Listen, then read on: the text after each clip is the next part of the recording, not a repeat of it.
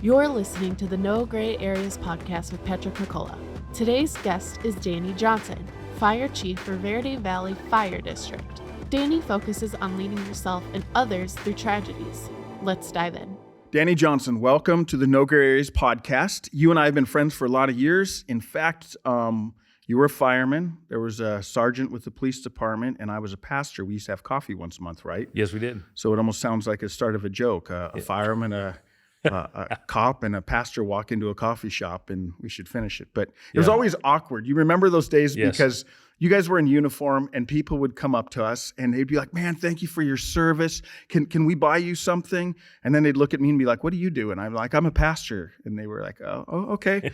And they didn't know what to do with that. Yes, and you got to benefit from those relationships. So. Yes, I did. So we're going to talk about leading through tragedy today, and we'll get into that in a moment. Yeah.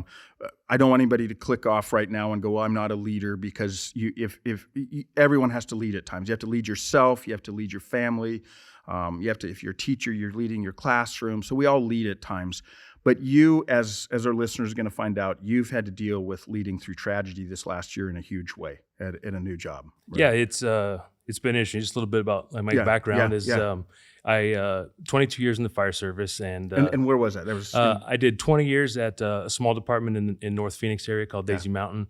And then, can I back up even further? Absolutely. Though? Because we got to back up and go. So we're going to back up to you. You played sports in high school. You're pretty good, right? You had a chance to go play at the college level. Yeah, that was a long time ago. I know, but that's those skills still have part diminished. Of your story. And, yeah, exactly. Yeah. So no, I was really passionate about football, and had opportunity to go do that right after high school, and a couple injuries and some poor leadership decisions along the way.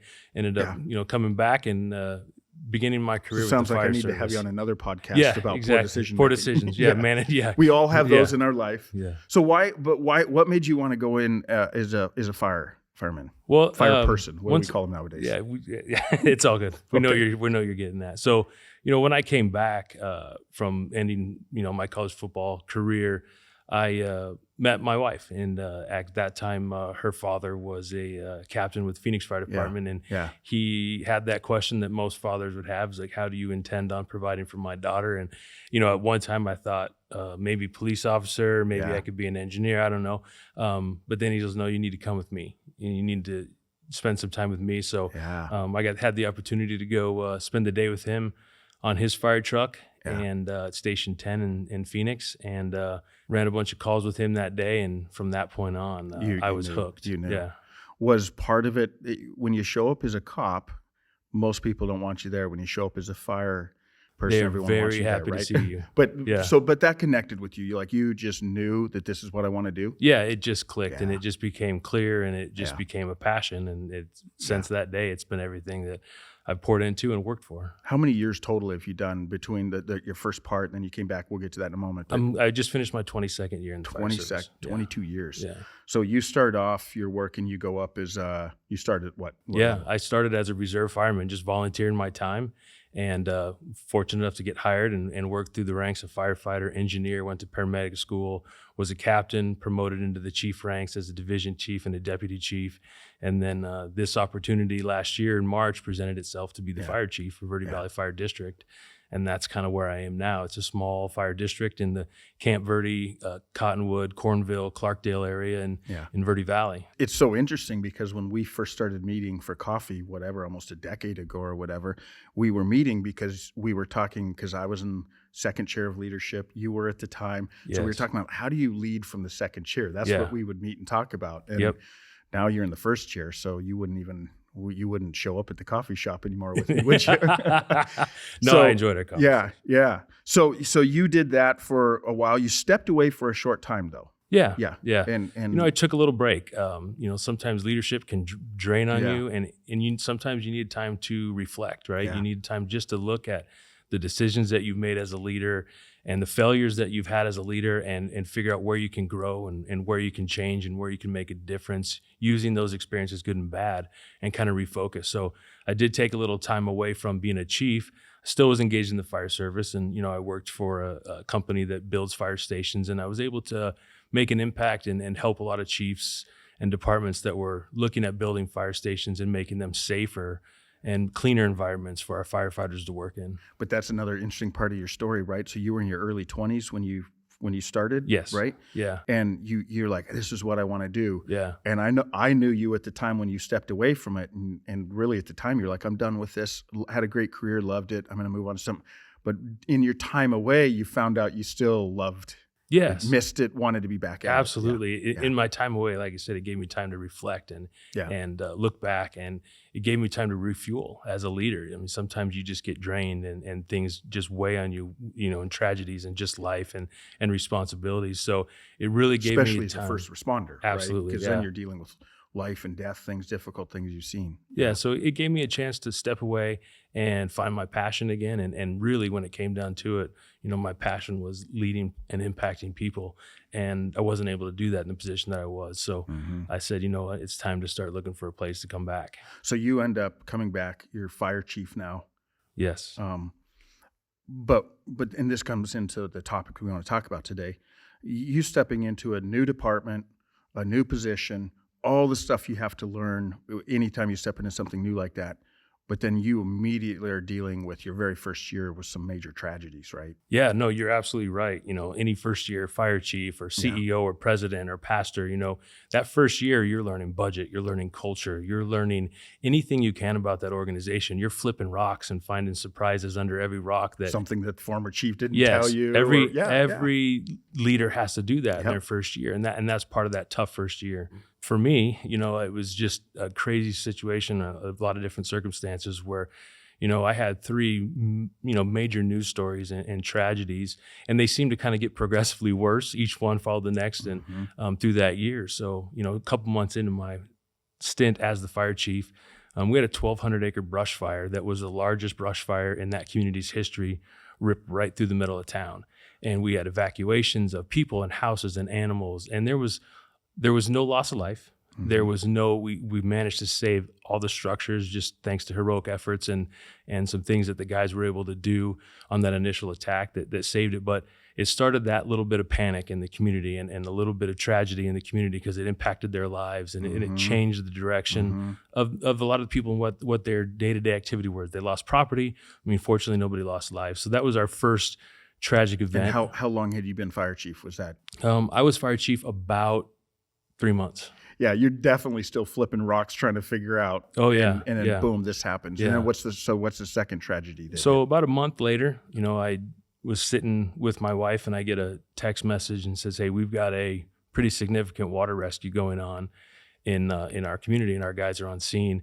Unfortunately, at that time, there was a 16-year-old girl that was swept away in that flood. And unfortunately, she didn't make it. And 4 days later, we were able to find her body. But the impact that had on a 4-day campaign of a search and rescue effort, that you're dealing with thousands of volunteers, you're dealing with multiple agencies, you're dealing with a grieving family. And there was a personal aspect to this one as well at this point. The young girl that perished, unfortunately, her grandfather was the fire chief that I replaced. So there was a relationship there. Yeah. There was a relationship with the community because it is such a small community. Yeah. And then there's also grieving of the firefighters that were first on scene that couldn't do anything, that had no opportunity to do what they want to do and save people. Yeah. So they're having to deal with that. So we're working through that and on multiple levels. And let me just jump in, because someone that maybe didn't live in a small community, you know, if you grew up in like a Phoenix or an LA or a Chicago, I don't understand. Like, so when you're dealing with this girl, everyone knows her. Oh yeah. Like it's not like someone you see on the news and a name, and when you live in Phoenix and it's like, wow, a 16-year-old girl died last night. You're like, that's sad. Yeah. But when everyone knows her and they've grown up with her, and so that's the deal. That's what you're dealing with in that community then. Absolutely. And her family's been ingrained in that community for decades. Yeah. And her mother and father are, figures in that community, and her uncle worked for a neighboring fire department that was actually on scene that night. So there was just so many tragic and heartbreaking elements to that story that, you're having to look at that from multiple different angles. Mm-hmm. And I want to get back to that in a moment, because I can't imagine, like, as a fire chief now, again, you're still trying to figure out culture and all the different things you have to do as a new leader. but now on multiple facets, you're trying to deal with, like you said, multiple agencies working together. You have some of your guys that are grieving over not being able to save her. You have a community. I mean, all those things. But what was the third tragedy then? So boom, you get hit with this fire, then you get hit with losing this girl, and then So then, a few months later in October, unfortunately, we lost a firefighter. We lost a firefighter in a line of duty death. Our firefighter died from COVID. He transported 2 COVID patients in October, and a couple of days later became extremely sick and contracted COVID. And then about 14 days later, he ended up dying in the hospital. Fairly young guy, right? Yeah, like 35 years old. And, he left behind a wife and a 5-year-old son and just an entire grieving organization of friends and family. And once again, it's a small community, and he grew up in that community. So the ties and the emotions run bigger than just the people that are initially impacted by that loss of relationship. Everybody in that community is grieving. And I just saw on social media this last week where you as a department went over, the little boy was turning 6, right? Yeah. And you guys all showed up at his school. Yeah. And, I mean, that's what I love about first responder, police and fire. You all are so good at that kind of thing of like walking with those families. Yeah. And that's part of the leading now, right? Like, it's not that he's no longer with you. You guys still have a responsibility to that family, and you're leading through that too. Yeah. And that's the one thing I think that's unique about, tragedies is, as a leader, is a lot of times when the initial event's over, you're still leading through it. When everybody goes away, as a leader, you're still leading the family through it. You're still leading the organization through it when nobody else wants to really hear about it on the news or anything like that. But it was a really awesome experience to be able to take this young man who's turned 6 years old and surround him by the firefighters that his dad worked with and celebrate his birthday with his class and just make it special for him. And, we got messages from his mom and his teacher later on that day that all he did was talk about this is his best birthday ever. And those are the things where you can really make a positive impact on people while you're leading. Well, I'll tell you, anybody that saw the pictures, know the kid wasn't joking. Yeah. That big old smile on his face and your whole team with him and everything. There's a lot of things we can jump into, and we had talked about some of these questions. I'm gonna throw one out that we didn't even talk about, but I think it's so important because, again, sometimes people listen to this and go, well, I'm not a leader. I don't know if this really applies to me. But again, all of us are leading at some point. All of us go through tragedy ourselves at times. We've lost a loved one, or we lost a job, or whatever that might be, and we have to lead ourselves. But let me ask you a question that I didn't even throw it your way. Uh-oh. Surprise. Yeah. How do you do self-care during that? Because this is especially like you're at the top of the leadership chain in the department that you were in with the fire department there. And you're dealing with all this stuff, and you can't deal with your own stuff, right? You have to kind of put that aside for a little while. All first responders have to deal with that in some ways. How do you do that? It's funny that you go there because that was actually one of the sections that on areas that I felt we need to improve or towards the end, things that I think I could do better or advice. And, one of the things as the leader that you forget to do a lot of times is you're taking care of everybody else. You're taking care of the hurting. You're taking care of the people in your organization that need the help or the family that's impacted, but you forget to take care of yourself. And I think and it's not just physically, it's mentally, it's emotionally, because you give, and you're depleted. And then you start having the effects of that. And then the other thing that you kind of fail to do, and my wife can probably attest to this, is you forget them as well. And you forget the impact that the tragedy has on your family as the leader. And you not only impact yourself, but you start impacting the relationship of those that are closest to you. Patrick Lencioni wrote a new book, and I know a lot of our conversations, we bring up like 5 dysfunctions of a team. You wrote that. Wrote another one about, what kind of employees you get, people that are hungry, humble, and smart. But his recent book, he says, I wish I would have written this one first, because it's why someone should lead, which is really the question you need to ask. If you can't answer why, you shouldn't even be leading. And what I've loved about you, Danny, in the decade that I've known you, is you've really lived this out. And he talks about if you're not there to serve, that's what a leader is. Is a leader is someone who is serving. And so you live that out so well. But that's what you're saying. The difficulty is if you're a good leader and you're about serving, you're serving your team, you sometimes forget, though, that I got to take care of myself too. Otherwise, I'm not going to be able to serve them well. Right? Yeah, no, you're absolutely right. And we're the first ones to, well, I can skip this. I don't have to plan my meals. I can just pick something up on the way because I got to get to this meeting, or, I'm tired. I need to sleep in. I don't need to go work out. It's all the same excuses that sound so good because we validate it because we're helping others, Yeah. right? We validate our own neglect because we're helping others in these tragedies. And that's such great advice because that goes to a parent, like some mom with a bunch of little kids or something. Sometimes she's just like, I just don't have time to do this other stuff. And what ends up happening is she becomes very unhealthy mentally, emotionally, and then she's not going to be as good a mom. She's not going to be able to lead her family as well. So it's such a great advice there. So obviously you had to lead through some tragedy this last year. What are some challenges that you faced in leading through tragedy? And again, this is great advice because all of us are going to have to do this. We've done it in the past. We're going to have to do it again in the future. Well, I think for me, some of these tragedies that were interesting is because they were so public, right? All these made the news. I was doing national news stories. I was providing updates on all of our social media accounts, and we were providing the information. And I think managing that information and managing reliable information was a huge challenge when you're dealing with tragedy inside your organization and external, because people are watching it. So I just think that, one of the challenges for me was making sure we were giving accurate information and sometimes we didn't have information to give. And when you don't have new information to give, or you keep saying the same thing over and over again, sometimes people begin to question, right? They begin to question what you're doing. Are you really telling us the truth? Are you really doing everything that you can do? And as a leader, when you're pouring your heart and soul into these events and you start getting questioned, it can really take its toll on you emotionally. Yeah. So I think just managing that information and when there is a tragedy, people are hungry for information. We're in a society where everybody wants to know, and right? They want to know now. And when they don't get it, they fill in those gaps with rumors. They fill in those gaps with their own interpretation of the story, or even sometimes people will take advantage of those situations. It's just heartbreaking. To give you an example, right? There's the thing you dealt with that young lady, that 16-year-old. It was 4 days? 4 days. Yeah. So everybody's wondering, they're waiting for information. And I remember when you're talking about at a national scale, especially anybody in Greater Phoenix, this was on the news every night, and they're wanting information. Yeah. They need information, but you don't have some of that. No. You guys are looking too. Yeah. Every morning, as part of our morning routine, we'd be prepping for news briefings and making sure that we have the most accurate information. And that was stressful because sometimes we had things that we thought or we knew, but we couldn't confirm it.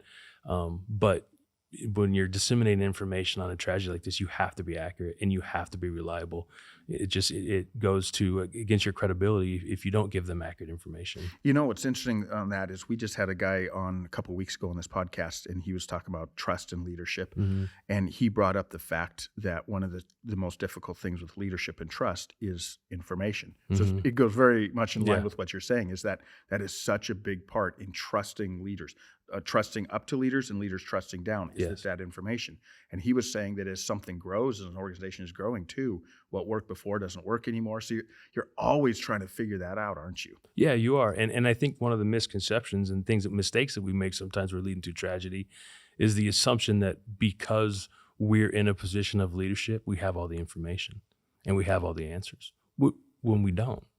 Right? We don't always have the information. So we've got to be able to know the people in our organization, in our community, and be humble enough to ask, right? Ask the questions. Yeah. Gather the information so you can get a better picture of the entire event. I'm smiling when you said that because, again, I'm trying to get our listeners to understand, hey, you may not be a fire chief. Yeah. You may not run an organization, but this applies to you.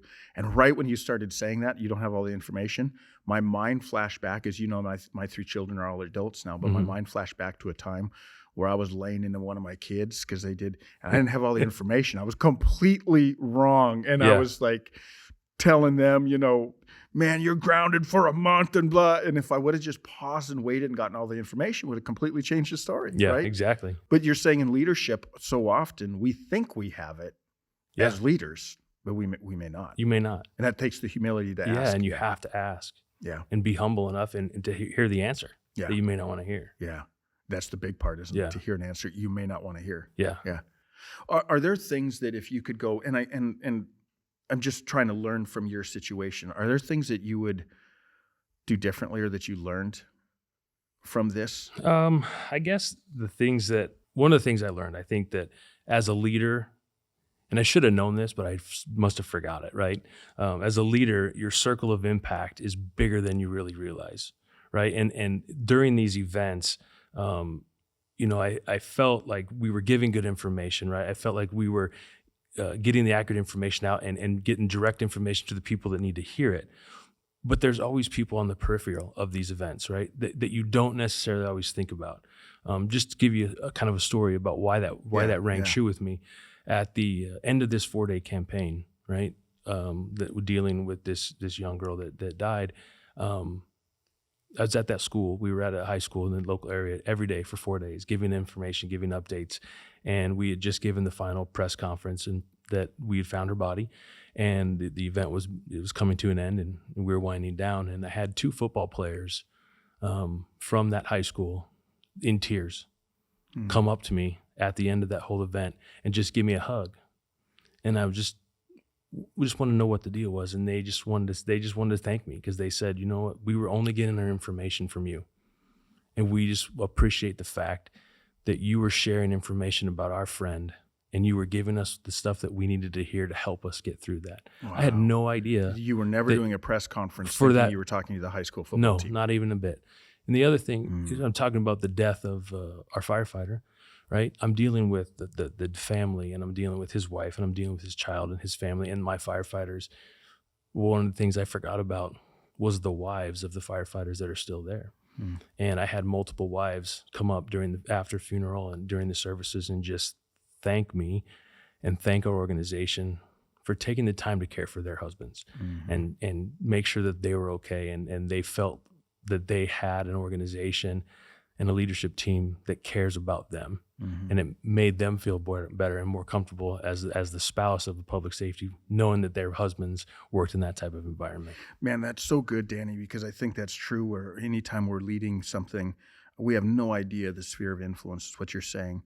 A parent has no idea that when they choose to parent well, that's going to impact 2-3 generations. A teacher who teaches well, or a coach who coaches well and is leading well in those areas, they have no idea that the influence they're having on those kids is going to impact maybe their children and their children's children and children's children. And in your case, you didn't know you were talking to a football team. No. Or you were thinking about the people on your department, but also you realize, man, it goes into their families. Like it's having an impact. So to always keep that in mind, that sphere of influence is big. Anything else you'd say on that? Well, I guess the other thing that I thought really rang true in the things I learned about that was, as the leader, be willing to be vulnerable, right? Be willing to share your hurts, share your fears, share your pains, because so many times I think, we become robotic as leaders, right? We become, I am the leader. I can't show any emotion. I have to get through this. Because sometimes we tie those as weakness in yes, our mind, right? It's not a weakness, no. And if you're not careful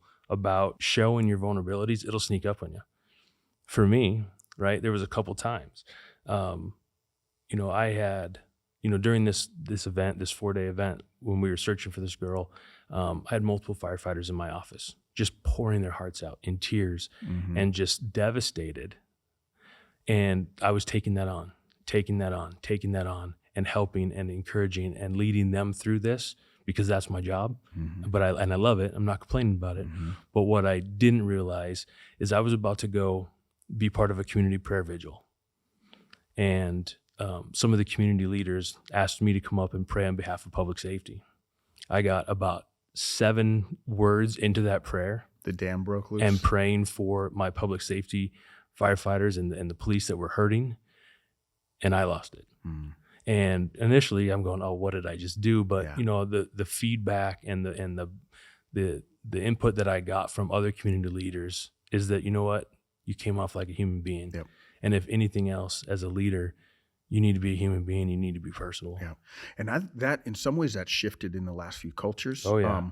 I think there was a time where leaders were supposed to be like, you don't show that, you don't. Yeah. But I think we do live in a time where even the younger generations behind you and I, they long for that. They long to see a leader who will be transparent and honest, and they recognize they aren't perfect, and not that like losing it in that prayer, that doesn't show imperfection. That actually shows that you care, that you had empathy, that you had compassion. Yes.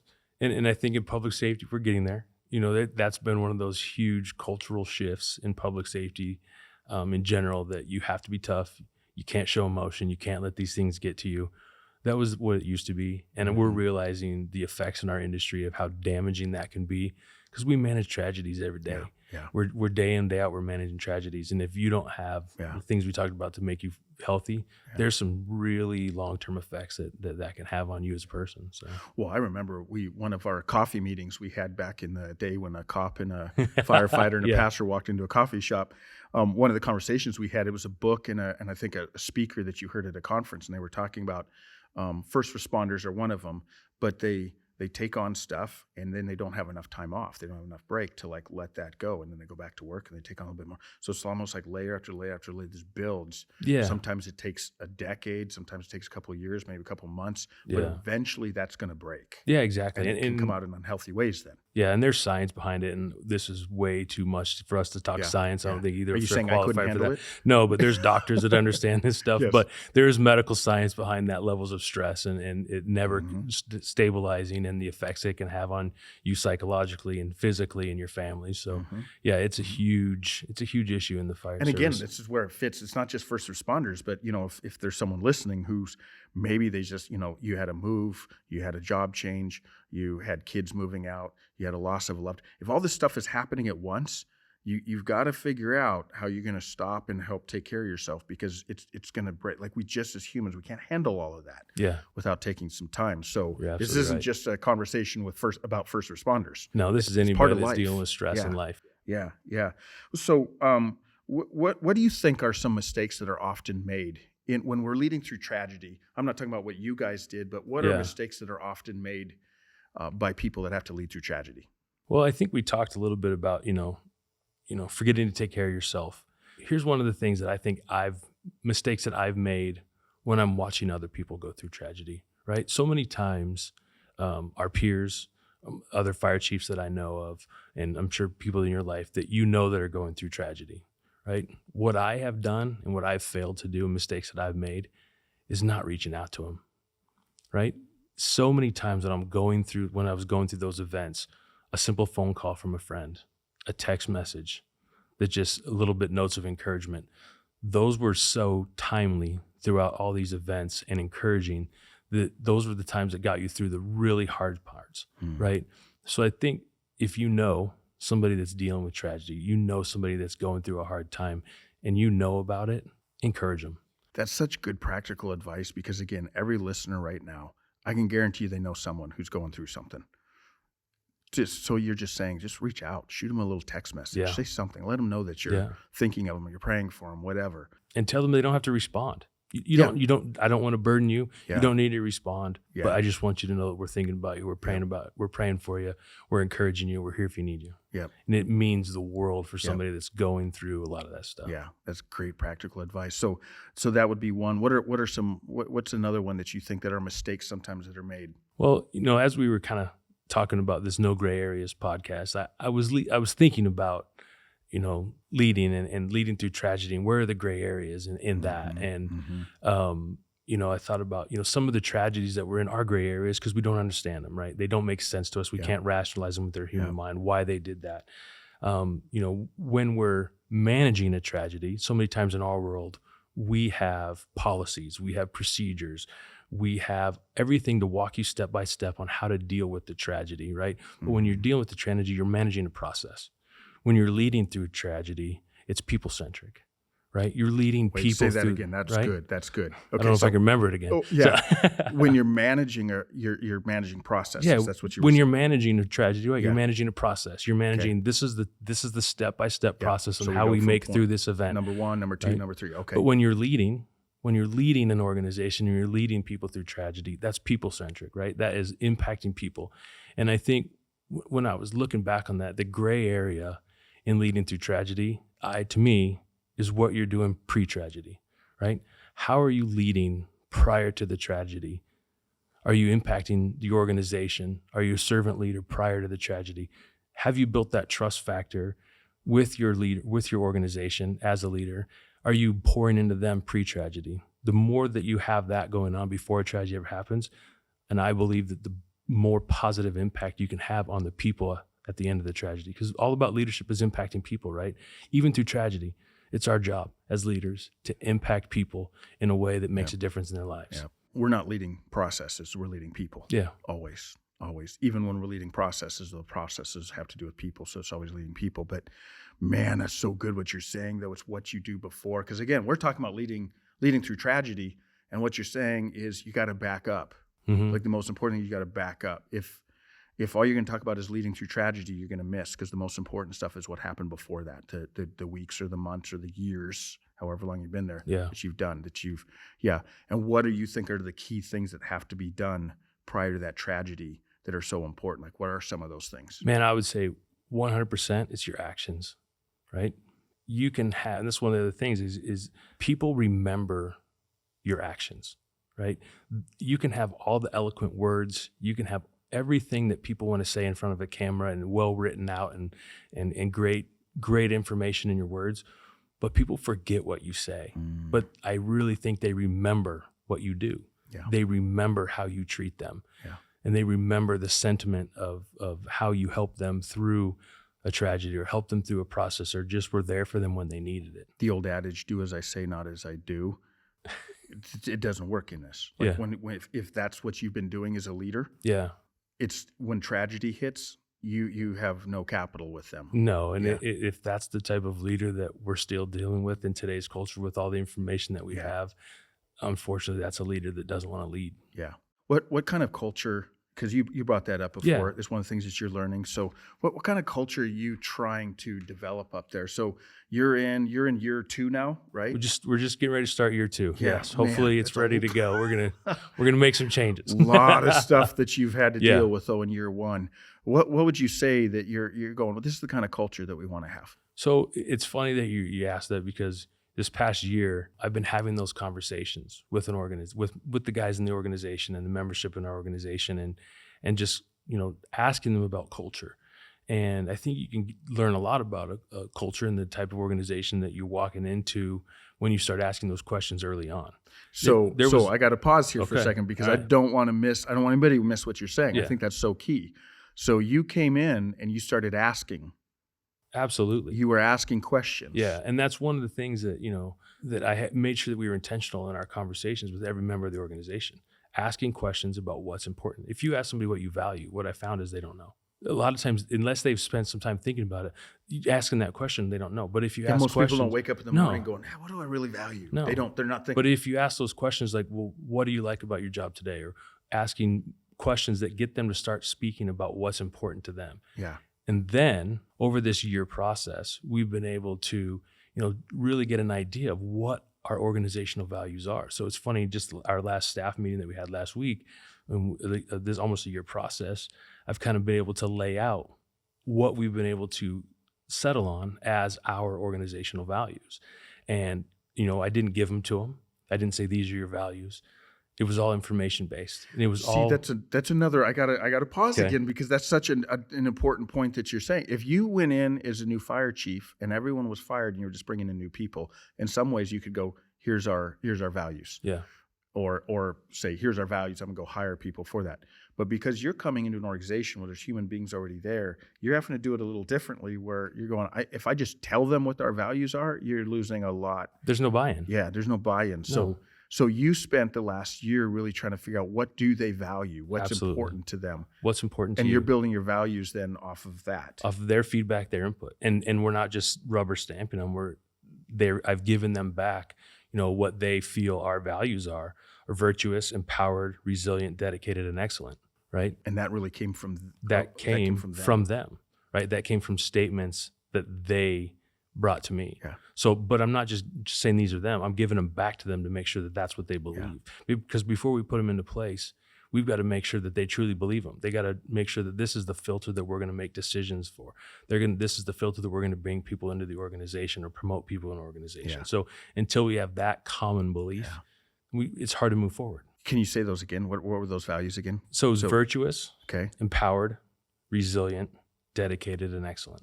Okay, so you have 5 of them. Yeah. And again, what a lot of leaders end up doing is they go to a conference and they hear those, or they're listening to this podcast and they hear those. They write them down. They go back to their organization and say, here's our new 5 values. Yeah. And you're saying that's not going to work very well. No, they shouldn't do that, because if you know the first letters in those, it spells the word Verdi. Oh, nice. So you can't steal it. You're the fire chief of Verde Valley. Of Verde Valley. Yeah. Exactly. Yeah, that's nice. I like that. That's memorable. Wow. But again, those you maybe had to tweak the words a little bit to make it fit that acronym. Slightly. But the ideas came from your team. Yeah, the ideas, right? Virtuous, pure organizational and individual motives. That's what we're looking for. Empowered to do what's right? Resilience, right? We're safeguarding our members' mental, emotional, and physical well-being, which is everything that we've been leading through, is being resilient through tragedy, right? Dedicated to the community and each other, and excellence, and it's balancing efficiency with perfection. So, and these were things that they gave me. All I had to do was try to go find them. And organize. You had a mind for those. Yeah, we had to dig for them. Like you said, you didn't sit down in one meeting with each of them and they just naturally said no. it because they hadn't been thinking. As a matter of fact, the first meeting that I had, it was blank stares. It was just like, oh my goodness, what is this guy talking about? Yeah. And it's taking 11 months of genuine conversation, genuine leadership, genuine actions to get them to start buying in and giving feedback. I bet there's a pretty tight group there now. I mean, there's you have a bunch of humans, so there's always messes. There's always messiness involved. We get that. We bring messes just because we're human too. Yeah. Whatever room we walk into, we just brought another mess Yeah. into that room. But because of the tragedy that they went through this last year, and because they're part of building what the future is going to be with this, I bet there's some connections there that are pretty deep. We're building them. Yeah. We're building them. And I think that as we build them slower, the stronger that they'll be. There's another one, Danny. As you build them slower, the stronger they'll be. So we could go off on that tangent now. Sorry, you keep. I didn't mean to extend you this. keep bringing stuff up, but that's another great one where Yeah. sometimes as leaders, especially, we're wired. We're activators. Yeah. When should we start? No, Yesterday. When should we exactly. get this thing done? Yesterday. But slow sometimes is the healthiest way to build. And I struggle with that. I want to go fast. Yeah, I know. You have a We're vision. wired that way. You see, you like, I think this will work. Yeah. And you have to trust your gut. But sometimes, like you said, I struggle with that. You have to slow down. Yeah. Because if you're outrunning everybody else, who are you leading? Right? Yeah. Everybody's chasing you. You're not leading anything. Yeah. And you get too far out in front, they can't even see you No. anymore. And then you're no longer So- you're by yourself Yes, on an yes, island. yes. Yeah. Which a lot of leaders are. Absolutely. That's where they are, and they don't even realize it. Yeah, exactly. Yeah. Well, anything else you want to add before I have the two truths and a lie? I've been prepping for that. Yeah, I've been yeah. prepping for that. Yeah. No, I appreciate the time, and it's a little bit overwhelming. Why me, and why do you want me to speak on this? But I appreciate the fact that you're giving me the opportunity. Well, and Danny, I watched it last year. I mean, we've been friends for a decade now, but I watched it last year. You stepped into a new role, and I've been in those situations before where it's new and you're trying to figure everything out, but then all of a sudden it's like, boom, boom, and it's we're friends as couples, our Yeah. wives are friends as well, and so just even reaching out to your wife, going, man, how's he doing with this? Because it was like you were trying to almost tap out. I think of a fighter, and then you're trying to tap out, and the ref's ignoring you, and it's like, boom, you're getting hit with something else, and so, but you've led well through that, and I think you've learned lessons that you're able to teach all of us. I think that's what leadership's about. Yeah. So appreciate that. Thank so you. Two truths and a lie. Ironic because this is no gray areas. I'm asking you to lie to me. But Exactly. See if we can figure it out. And you do know me, so I had to dig a little deep. Yeah. All right, so I Yeah. had to try to figure this out. I have hunted in 5 different states. Okay. I was involved in a bench clearing brawl. I shot my brother with a BB gun when we were kids. You know what? Every one of those is believable because you love hunting. I can totally see you in a bench clearing brawl. I'm going to say that's the truth. Bench clearing brawl? I was involved in a bench clearing brawl in high school. Yeah. Because I was also a soccer player. It was a soccer brawl. It was a soccer brawl, Yeah. so no one was actually connecting. They were swinging. I did get voted best right hook on the soccer team. You that year. did. Yeah. You did. That's awesome. But that's a whole nother time. Yes. Yeah. So I'm almost happy to know that was the truth. Yeah. Okay. Okay. So then you hunted in 5 different states. Yeah. And then I shot my brother with a BB gun when we were man, kids. I can see you shooting your brother too. I'm gonna say that's the truth. You shot your brother with the BB gun. I did shoot my brother in the feet with a BB gun. Yeah. Yeah. You have hunted a lot, but but not in 5 I'd love to states. hunt in 5 states, and hopefully in time my wife will let me go hunt in 5 different states. But Montana. You should go up to Montana's Montana, on the I'm telling list. you. Wyoming's on the list. Yeah. Maybe Alaska. Who knows? Yeah. You got to dream big. Yeah. Exactly. Exactly. Well, Danny, thanks so much. Appreciate it. Appreciate especially how you've led well last year and for your transparency with that and the lives that you're impacting through that. I mean, you truly are. There's generations, like you talked about those football players. You impacted them. They're high schoolers. They're going to be different dads and leaders in the future because of the way they saw you lead. So appreciate that. Thanks for coming on. Appreciate it. Thanks for listening to the No Gray Areas podcast. To dive deeper into the story, be sure to subscribe, follow us on social media, and check out nograyAreas.com.